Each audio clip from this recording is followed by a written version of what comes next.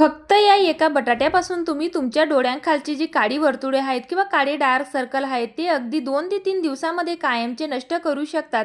त्यासाठी आपल्याला आपल्याच किचनमध्ये असलेली काही सिक्रेट इन्ग्रीडियंट या ठिकाणी यूज करायचे आहेत.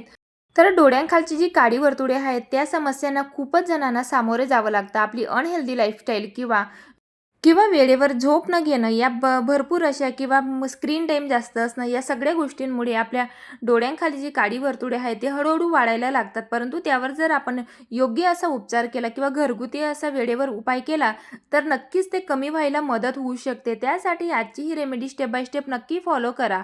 तर त्यासाठी आपल्याला एक मध्यम आकाराचा बटाटा लागणार आहे. तर बटाटा आपल्याला आधी स्वच्छ धुवून घ्यायचा आहे आणि त्यानंतर बटाट्यावरची जी सगळी साल आहे ती आपल्याला काढून घ्यायची आहे.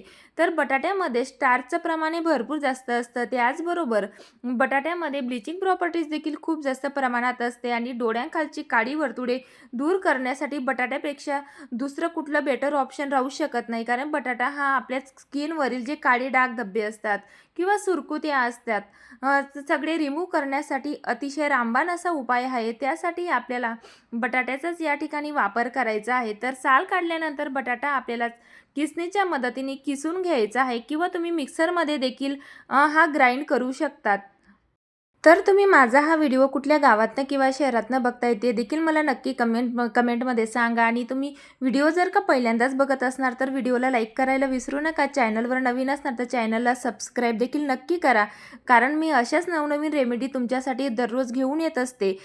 तर चला आता या ठिकाणी जो किस आपण बटाट्याचा काढून घेतलेला होता तो आता एका चाळणीच्या मदतीने आपल्याला त्याच्यातला जेवढा देखील रस आहे किंवा स्टार्च आहे तो चाळून घ्यायचा आहे. चम्मचच्या साहाय्याने म्हणजे स्पूनच्या साहाय्याने प्रेस करत आपल्याला पूर्ण याच्यातला ज्यूस काढून घ्यायचा आहे. तर याच्यामध्ये स्टार्चचं प्रमाण हे भरपूर जास्त असतं. तर शक्य होत असेल तर व्हाईट कलरचा जो बटाटा येतो त्याचाच यूज करा. कारण त्याच्यामध्ये स्टार्चचं प्रमाण हे खूप जास्त असतं आणि ते आपल्या स्किनसाठी तेवढंच जास्त हेल्दी असतं.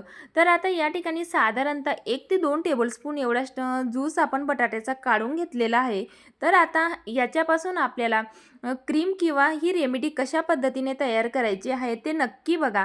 तर आता यामध्ये आपल्याला जे ₹2 कॉफीचं सॅशे येतं त्याच्यातला अर्धा कॉफी पावडर यामध्ये यूज करायचा आहे.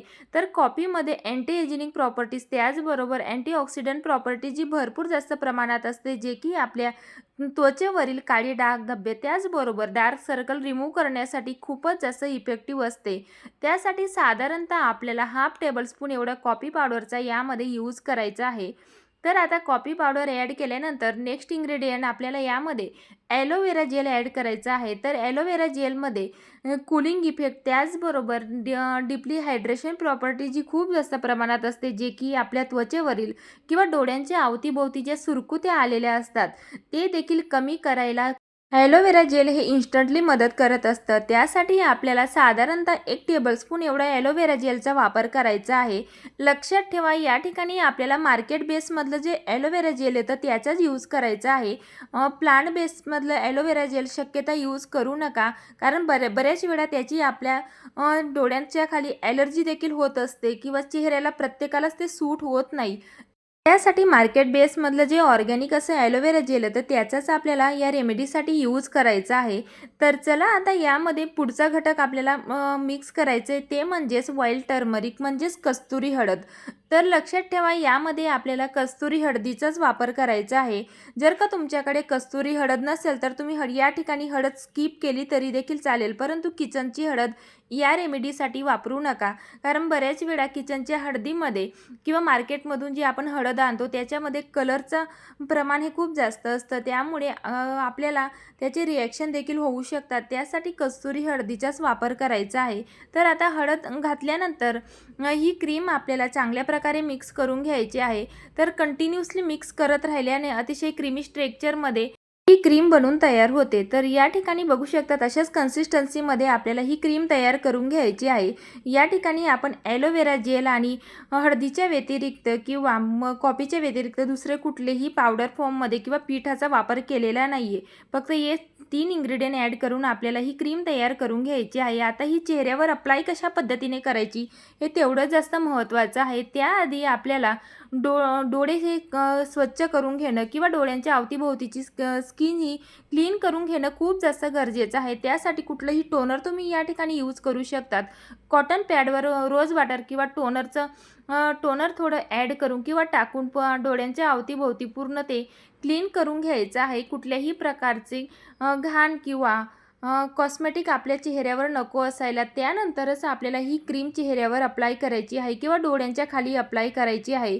तर ही आपल्याला अप्लाय कधी करायची ते देखील तेवढंच महत्त्वाचं आहे. डेली रात्री आपल्याला झोपेच्या आधी ही डोळ्यांच्या अवतीभोवती किंवा ज्या ज्या ठिकाणी तुम्हाला डार्क सर्कल आहेत त्या ठिकाणी आपल्याला पूर्णतः लावायची आहे आणि लावल्यानंतर ती अशी सोडायची नाही आहे. तर 1 लेयर लावल्यानंतर आपल्याला डोळ्यांच्या अवतीभोवती मसाज नक्की करायची आहे आणि ती क्रीम पूर्णपणे आपल्या स्किनमध्ये ॲब्झॉर्ब होते तोपर्यंत आपल्याला मसाज करत राहायची आहे. आणि लक्षात ठेवा, मसाज करत असताना हलक्या हाताने मसाज करा, कारण आपल्या डोळ्यांची अवतीभोवतीची जी स्किन असते ती फारच सेन्सिटिव्ह असते. त्यामुळे कधीही हलक्या हातानेच आपण मसाज करायला हवी.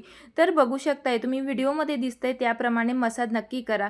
तर हलक्या हाताने फिंगरच्या साहाय्याने आपल्याला पूर्ण ज्या ज्या ठिकाणी डार्क सर्कल आहेत डोळ्यांच्या अवतीभोवती त्या ठिकाणी मसाज करायची आहे.